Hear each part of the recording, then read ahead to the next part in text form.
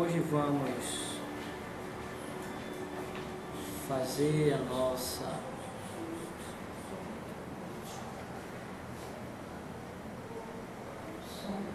palestra em torno deste personagem que aqui em nossa casa, nosso instituto, personificamos uma sala, que é a nossa sala onde realizamos trabalhos de pesquisas, de investigações, de desobsessão, com seu nome, merecidamente. Até porque, convém salientar, essa atividade, essa metodologia que nós utilizamos aqui nesta sala, fora passada por este espírito. Acreditem se quiser. Pouco me importa. Se disser que ele tira. Certo? O nome dele é Mesmer. Frederic Anton Mesmer. Nasceu a 23 de maio de 1734 em Eisenach, Suábia, uma vila alemã perto do lago Constança, que naquela época pertencia à Áustria, e desencarnou em Melbourne, Suíça, em 1815. Sendo seu pai intendente e guarda de campo do bispo de Constança, Mesmer passou sua infância junto à natureza, passeando pelos campos que ficavam à margem de tranquilo lago. Quando chegou à idade escolar, foi matriculado numa escola pública, posteriormente transferido a um mosteiro franciscano, onde aprendeu música e latim. Em seguida, frequentou um colégio de jesuítas e as universidades de Lich e Ingolstadt, na Áustria, doutorando-se em teologia. Estudou ainda direito e medicina. Sua tese de doutorado em Viena, em 1766, estabelece os princípios aos quais permanecerá fiel durante toda a sua vida. Sendo seus biógrafos, Mesmer tinha uma aparência impressionante. Segundo seus biógrafos, estatura elevada, porte imponente, fronte larga, rosto bem delineado, lábios fortes e olhos claros, de um cinzento de aço. Seu olhar era ao mesmo tempo suave, dominador e extremamente magnético. Tinha cuidados especiais com a indumentária, vestindo-se com luxo e bom gosto para a época. A par de uma excelente e sólida cultura e atitudes serenas, possuía um caráter forte e voluntarioso. A 10 de janeiro de 1769, Mesmer casou-se com Marie Anne van Posch, uma viúva rica, 10 anos mais velha do que ele. O casal foi morar numa propriedade nos arredores de Viena, onde o médico instalou-se seu consultório. Boa parte do seu tempo, entretanto, era dedicado à música e à promoção de saraus. Foi nessa propriedade que Mozart estreou aos 12 anos a ópera Bastien et Bastien, quando Mesmer clinicava em Viena, acreditava-se que o imã tinha um grande poder. Curava úlceras, fístulas, fluxos nasais, menstruais e etc. Em 1774, vivia em Viena um padre, Maximiliano Hell, que sabia confeccionar imãs para diversas finalidades. Certa vez, esse jesuíta foi procurado por um casal inglês cuja esposa sofria de fortes dores no estômago. Nenhum médico havia conseguido curá-la. O imã aplicado por Hell, entretanto, teve um efeito positivo sobre a jovem senhora. Quando Mesmer, que era amigo de Maximiliano Hell, soube disso, começou a aplicar o mesmo método em seus pacientes. Em 1776, porém, concluiu que o imã era desnecessário como fonte de magnetismo, o qual poderia ser dado pelo próprio magnetizador. Começou então a tratar os seus pacientes aplicando-lhes passes, seguido de fricções e toques nas regiões afetadas, num ambiente agradável, com música suave. Os doentes reagiram de várias maneiras. Alguns choravam, outros riam, outros tinham convulsões, isso é, incorporações, debatiam-se, etc. Por fim, acalmavam-se e voltavam ao normal. Com esse método, Mesmer curou muita gente. Aos poucos, sua fama se espalhou e a clientela aumentou consideravelmente. Conta-se que uma das pessoas que procuraram Mesmer foi Maria Teresa Paradis, cantora e pianista célebre que vivia em Viena e era cega desde os 2 anos de idade. Sua cegueira fora considerada incurável por 2 conhecidos oftalmologistas da época, o Dr. Schörring e o professor Bach. Usando os seus métodos, Mesmer conseguiu-lhe restituir a visão. O fato ganhou intensa notoriedade. Daí emergiram, como sempre, a inveja, o despeito, a impotência de se aplicar à luz da ciência dos homens o que ocorria no consultório de Mesmer. Desiludido pela rejeição de que foi alvo em Viena, ele resolveu exilar-se na França. Corria o mês de fevereiro de 1778, quando Mesmer chegou a Paris, anunciando que descobrira um fluido ultrafino que penetrava e envolvia todos os corpos, destacando a sua aplicação particularmente na cura de doenças. Estas afirmações resultavam de um obstáculo à circulação do fluido através do corpo, o qual se assemelhava a um imã.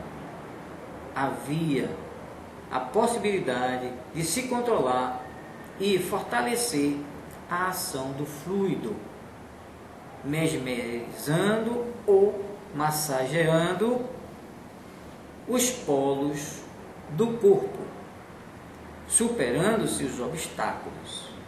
Induziria, assim, o paciente a uma crise, caracterizada por fortes convulsões, restaurando-se a saúde ou a harmonia do homem com a natureza. Em pouco tempo, o mesmerismo se tornara o prato do dia, do disse-me-disse das rodas cultas e mundanas parisienses.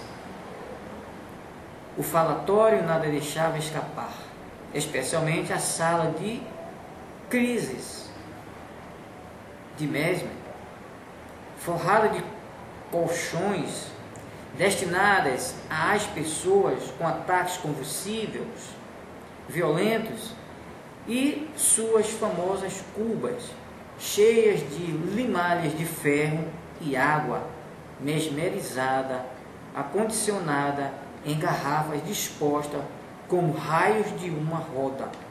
Elas armazenavam o fluido e o transmitiam através de hastes móveis de ferro aos pacientes que as aplicavam em suas áreas afetadas. Sentados em círculo em torno das cubas, os pacientes passavam os fluidos entre si por uma corda enrolada em todos, unindo seus polegares e indicadores para formar uma corrente mesmérica, parecida com um circuito elétrico. O interior da clínica, na Sociedade de Harmonia Universal, causava espanto a todos que ali iam para se tratar ou por simples curiosidades. Tapetes espessos, misteriosas decorações astrológicas nas paredes e cortinas cerradas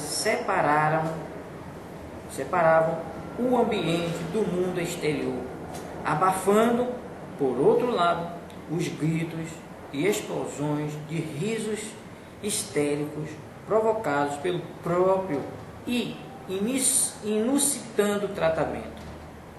Ali se atendia toda sorte de doenças, com incríveis resultados.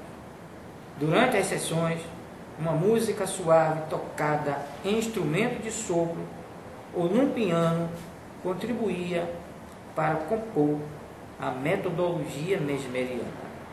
Nem todas as crises, entretanto, eram violentas. Alguns pacientes entravam em sono profundo, permitindo, em alguns casos, a comunicação com o espírito desencarnados e, por este meio, ditava longas e eloquentes mensagens. Em 1789, a Sociedade da Harmonia Universal, em Paris, com 430 membros, contava com filiais em Istambul, Lyon, Nantes, Montpellier, Dijon, Bayonne, Marseille, Nîmes, Bordeaux, entre outras cidades. Segundo Harpe, citado por Robert Dermont, o mesmerismo predominou como uma epidemia que ganhou toda a França. Era discutido nas academias, salões, várias vezes ridicularizando no palco, estilizado em canções populares, versos burlescos e caricaturas, praticando numa rede de sociedades secretas semelhantes à maçonaria e divulgado por uma enxurrada de folhetos e livros. Na verdade, o mesmerismo representava algo mais que um modismo. Podia até ser encarado como uma reminiscência laica do jansenismo. As reações, contudo, não tardaram. Desencadeou-se durante o ano de 1784 sistemáticas campanhas contra o mesmerismo, de que participaram doutores da Faculdade de Medicina e membros da Academia de Ciências, incluindo Baillet, Lavoisier e Benjamin Franklin. Elaborou-se, ao final das investigações, um trato tendencioso, um relatório condenando o mesmerismo. Os mesmeristas reagiram, editando e distribuindo centenas de folhetos, referindo-se ao poder do fluido e às curas realizadas. Já no fim do ano supracitado, era levado à cena, com muito sucesso em Paris, a peça La Descartes Moderne, satirizando o mesmerismo. O contra-ataque foi imediato, encabeçado por Jean-Jacques Despremesme, que mandou editar um panfleto criticando a peça, distribuindo no próprio teatro entre os assistentes.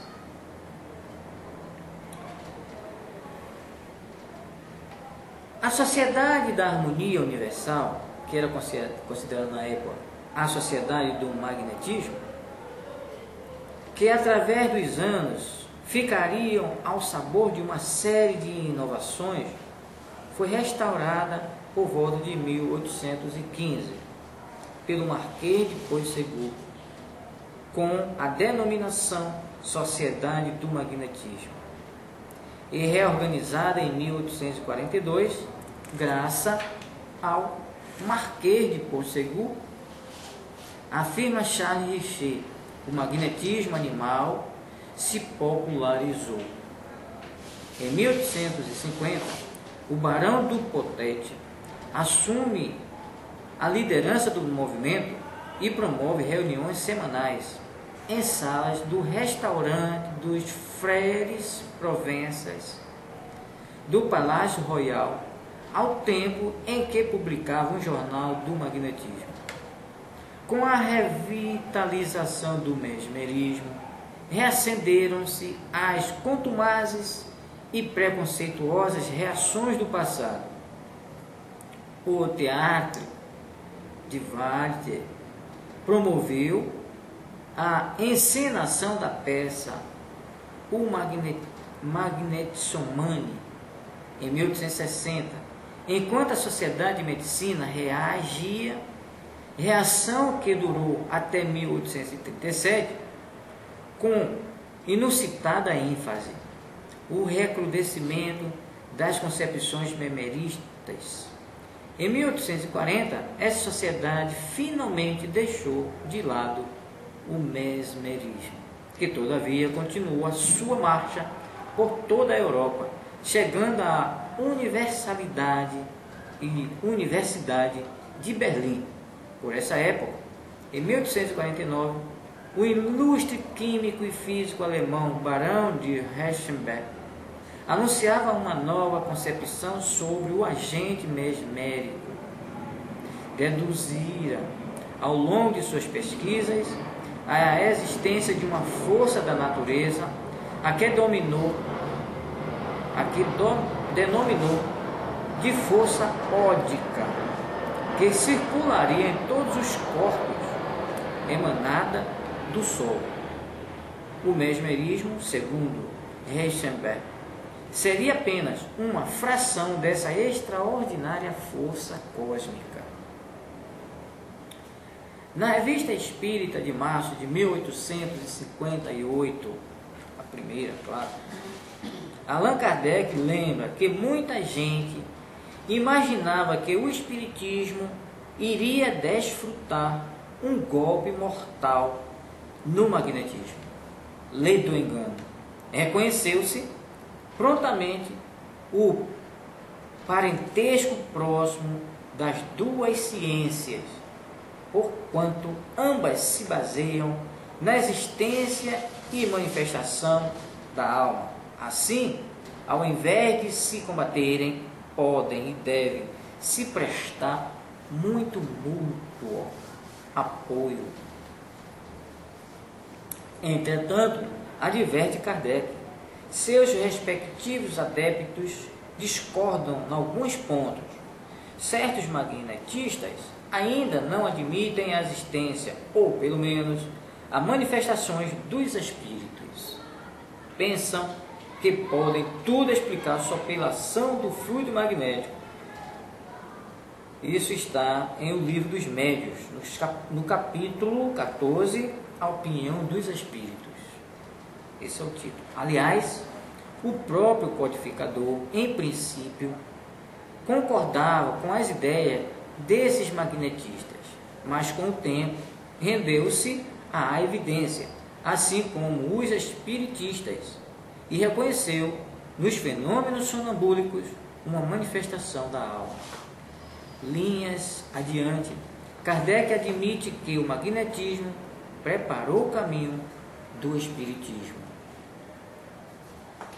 Os rápidos progressos desta última doutrina são incontestavelmente devido à vulgarização das ideias sobre a primeira. Dos fenômenos magnéticos, do sonambulismo e do êxtase, as manifestações espíritas, há apenas um passo. Sua conexão é tal que, por assim dizer, é impossível falar de uma sem falar da outra. E conclui: devíamos aos nossos leitores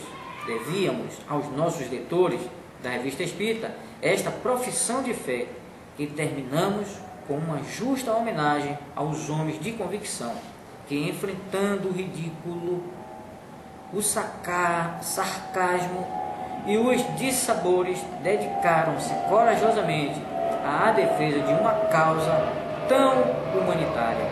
Seja qual for a opinião dos contemporâneos sobre o seu proveito pessoal, opinião que é sempre mais ou menos reflexo das paixões vivazes, a posteridade far-lhe-ás justiça. Ela colocará os nomes do barão, do Potete, diretor do Jornal do Magnetismo, e do senhor Millet, diretor da União Magnética, ou ao lado dos ilustres pioneiros Marquês de Puységur e o sábio F. Deleuze.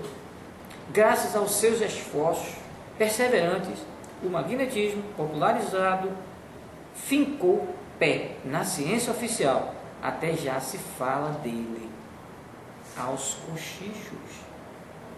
Este vocábulo passou à linguagem comum, já não afugente. E quando alguém se diz magnetizador, já não lhe riem no rosto. É como uma voz que bradava no deserto. O mesmerismo, quando surgiu, preparando o caminho para o espiritismo, que tinha que vir para dar complemento a essa marcha progressiva que compõe esse bojo de doutrina que, esperançosas como tal, consoladora da mesma forma, não poderia jamais deixar de se consorciar-se, porque é como o próprio autor, não se pode fazer espiritismo sem o mesmerismo. Elas são co-irmãs, essas duas ciências, porque ela completa o todo universal.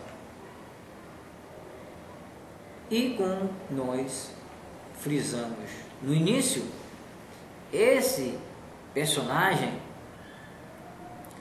quando resolveu trazer essa metodologia que nós utilizamos aqui, não dentro dos primórdios que ele utilizou na época, né, da sua eclosão, mas com certas modificações, e que se assemelha mais ou menos, não por um todo, ao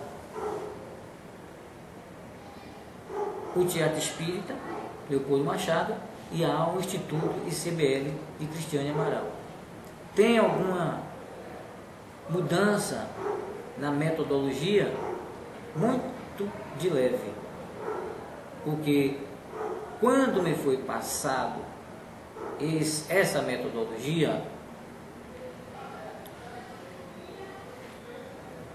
ela me foi passada de forma tal que combinava com os conhecimentos que eu tinha adquirido por intermédio do curso de eletrotécnica, que é o curso profissionalizante que eu fiz no meu 2º grau, e lá aprendi o método que se constrói um ímã e aprendi lá também um método que se constrói um gerador de energia. E o método que foi me passado intuitivamente por esse espírito era que nós deveríamos pegar o indivíduo que é por natureza um ímã de polarização diferente, tanto sim que nós temos isso provado por esses pesquisadores que estão inseridos nesse livro. Nós temos duas polaridades, uma na mão direita e outra na mão esquerda, e botasse ele na forma de uma bobina sentado no chão e interligasse essa bobina. É o que a gente faz, a gente interliga esses 2 médios, 3 médios. No caso, nós trabalhamos com 3. Porque entendemos que aí há uma bobina de energia interligada em terminações de formação, de fechamento de um motor triangular. Sabemos que tem 2 tipos, triangular e estrela. Nós aprendemos isso. Todos aqueles que conhecem sobre gerador sabem como é que faz o fechamento de um motor com essas polaridades. E no centro introduzíamos um outro médico, no caso é o doente, é o que vai ser tratado, para servir de induzido. Esse induzido vai cortar essa linha de força que é formada por intermédio dessas bobinas que está formada aquele campo.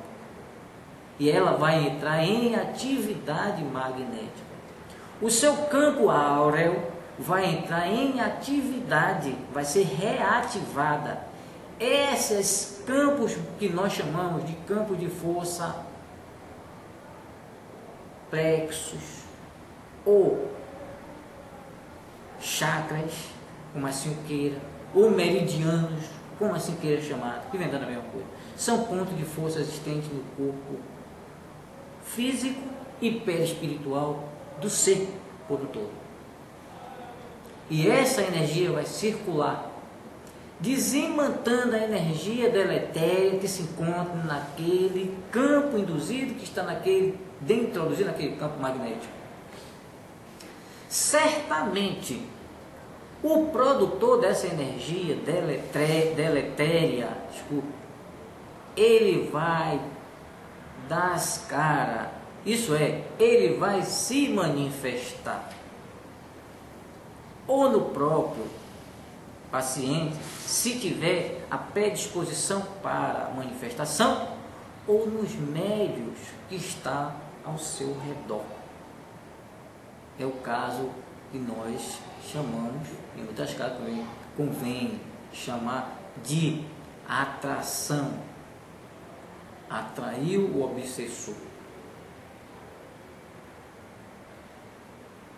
É óbvio, estabelecendo esse campo áureo desse paciente, ele vai sair dali renovado energeticamente, refeito o seu campo magnético. Se esse paciente, que é o que ocorre com muitos que vêm aqui, obedecer os conselhos que é passado por intermédio das doutrinárias,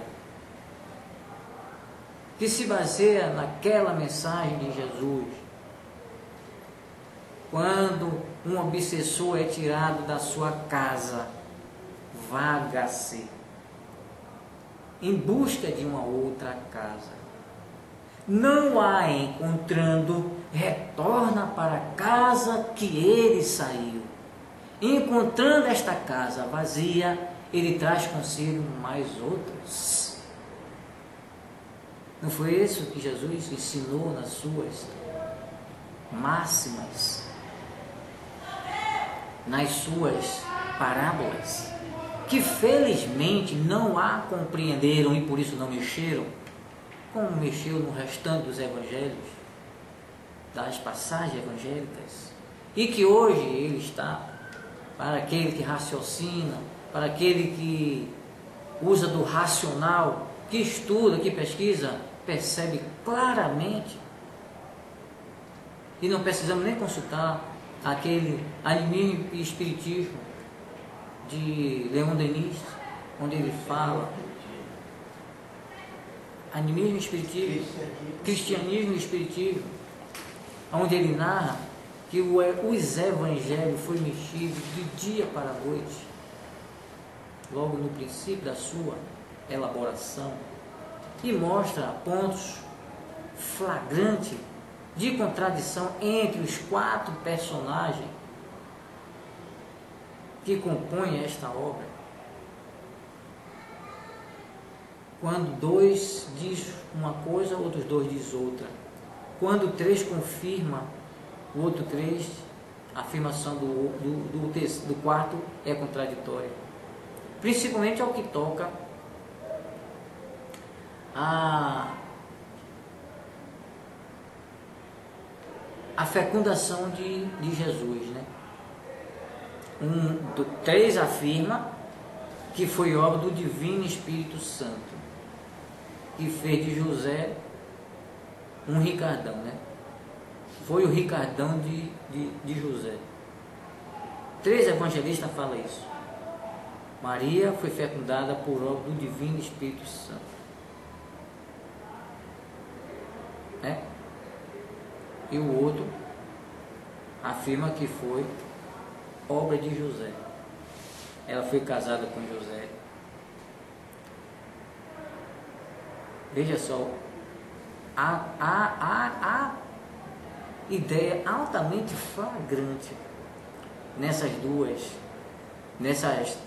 3 evangelistas que convencionaram por força da mentes deliberantes, né,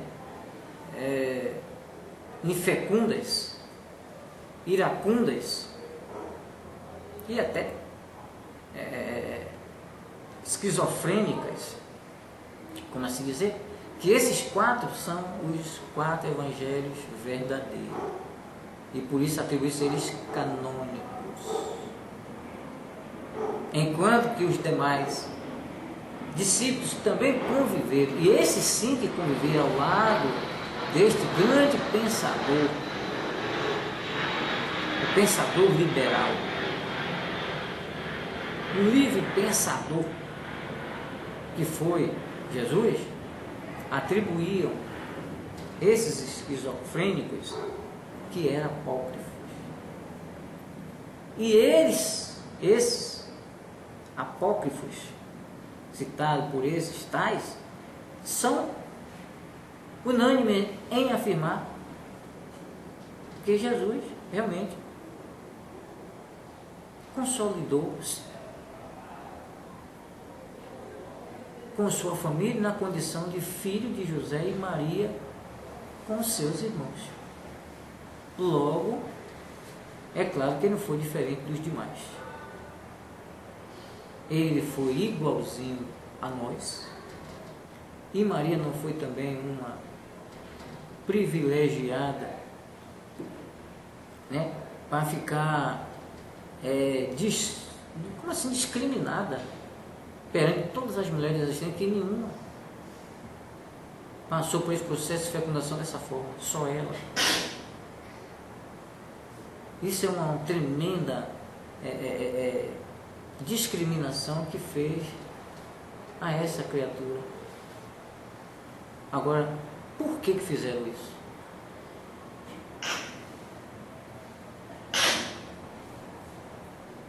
Interesses? Crueldade? Perversidade? Ou conveniências?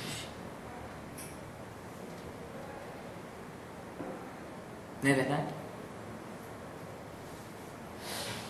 Portanto, o nosso trabalho se baseia, nosso trabalho de tratamento com os pacientes que nos chegam a esta casa, se baseia no pensamento deste pensador. É diferente realmente das demais casas, fora as citadas, que ninguém, pelo menos acho que eu conheço, teve a capacidade de fazer um trabalho de desobsessão desta natureza. Que os ouvintes façam suas pesquisas, façam suas investigações e tire suas conclusões aí com seu ente de razão. Essa que é a verdade. Portanto, vamos ficando por aqui e vamos partir agora para a segunda parte, que é a parte de socorro espiritual, que nós nos prepusemos juntamente com esses espíritos que são responsáveis pelo movimento sério desta ciência aqui nesse planeta.